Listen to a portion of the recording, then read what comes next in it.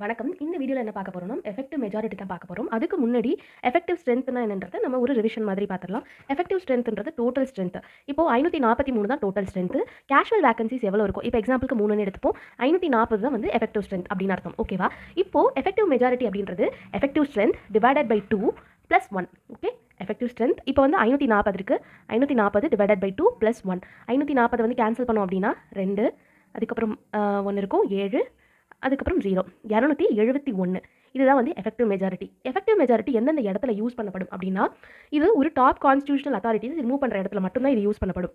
சிம்பிளா எல்லா இடங்கள்லையும் இது யூஸ் பண்ணப்படாது. இப்போ வைஸ் பிரசிடென்ட்டை வந்து நம்ம ரிமூவ் பண்ணணும்னா இந்த எஃபெக்டிவ் மெஜாரிட்டி வந்து தேவை.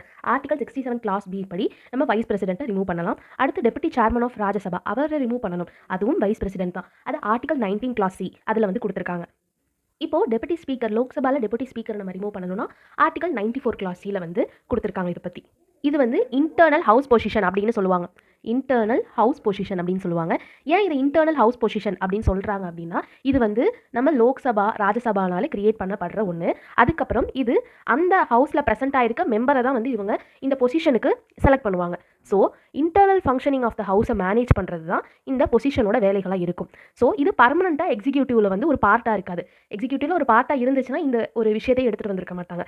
ஸோ இந்த இடத்துல ஏன் சிம்பிள் மெஜாரிட்டி தேவைப்படுதுன்னா, இது சிம்பிள் மெஜாரிட்டி ஏன் இந்த இடத்துல தேவைப்படலை அப்படின்னா, இது வந்து ஒருத்தர் ப்ரெசென்ட்டாக இருக்கிறதுனால ஓட் பண்ணுறதுனால இதை வந்து நம்ம சிம்பிள் மெஜாரிட்டி மூலமாக இதை எடுத்துகிட்டு போனோம் அப்படின்னா அன்ஸ்டேபிளாக இருக்கும். சில பேர் லோ மெம்பர்ஸ் ப்ரெசென்ட்டாக இருக்க டைமில் இவங்க வந்து ஆள்களை மாற்றிக்கிட்டே இருப்பாங்க. இது கான்ஸ்டியூஷனால் கொடுக்கப்பட்ட ஒன்று. அதனால இது ஒரு ஸ்டேபிளாக இருக்கணும். இது வந்து ஹவுஸ்னால எலெக்ட் பண்ணப்பட்ட ஒரு போஸ்டிங் தான். ஸோ இது ஸ்டேபிளாக இருக்கணும் அப்படின்ற ரீசனுக்காக தான் இதுக்கு எஃபெக்டிவ் மெஜாரிட்டி வச்சுருக்காங்க. இது சிம்பிள் மெஜாரிட்டியால் எடுக்கப்படாது. அவ்வளோதான். தேங்க்யூ.